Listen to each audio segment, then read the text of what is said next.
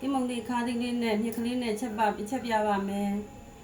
ကိမုံဒီလေးကိုဒီလိုလေးလောက်ပြီးရင်ချက်ချမ်းလေးချမ်းပြီးပြီဆိုလို့ရှိရင်ဇွန်မီလေးနဲ့ဒါလေးတွေဆိုလို့ရှိရင်ဒီလိုလေးတွေဇွန်မီလေးတွေနဲ့ထိုးပြီးတော့အစီလေးတွေဒီမျိုးကိမုံစီလေးတွေကိုဖယ်လို့ရပါတယ်အဲ့ဒါလေးတွေကိုပြီးလို့ရှိရင်ဒါလေးတွေကုန်လို့ပြီးပြီဆိုစားလေးနဲ့ကိမုံဒီလေးတွေကိုနေပါမယ်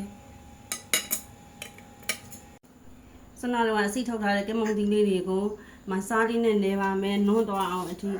နေပါမယ်ကိမုံဒီအခါသီးလေးမို့လို့အခါသီးတက်တာအောင်လို့စားလေးနဲ့နေတာပါနွန်းသွားအထိနေပါမယ်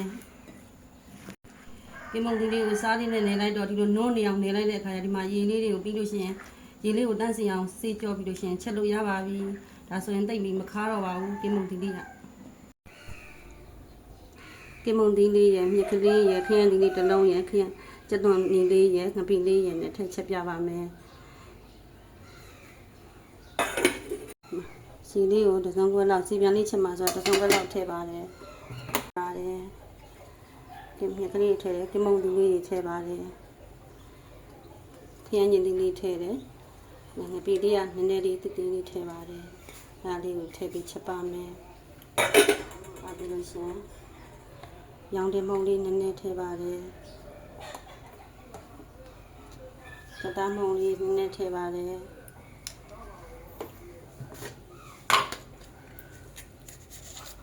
စားလေးရောနည်းနည်းထည့်ပါတယ်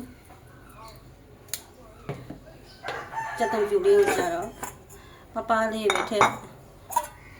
လိပြီးတော့ချက်စားရှိလို့မလို့ကြက်သွန်ဖြူကိုပပလေးတွေလိပြီးချက်ပါတယ်ညှင်းချက်တဲ့ကြက်သွန်ဖြူကိုပပလေးတွေပဲထည့်ဖြစ်တာမလို့ပါဒါဆိုရင်ချက်လို့ရပါပြီအဲ့ဒါလေးကိုဒီမှာ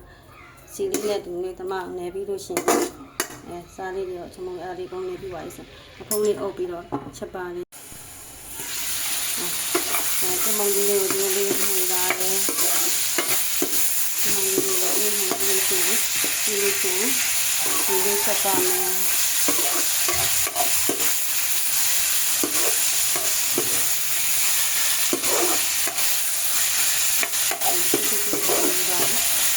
ဒီလိုချက်ပါမယ်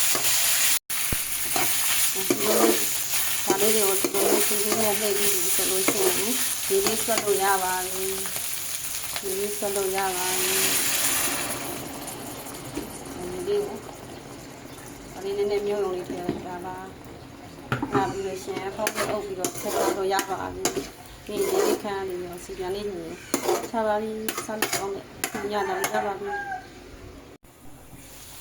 ဒီမုံလေးကစီလေးပြန်လာပါပြီဒါဆိုရင်စားလို့ရပါပြီ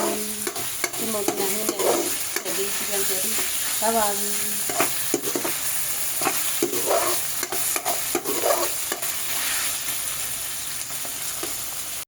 ဒီမုံလေးနဲ့ညက်ကလေးနဲ့ချက်ထားတာစားလို့ရပါပြီရှင်ကျက်သွားပါပြီစားလို့ရပါပြီဒီမုံဒီအခါကိုစားလေးနဲ့နေပြီးချက်ရင်တိတ်မခါတော့ပါဘူးဒါစားရမ်းစားကောင်းပါလေရှင်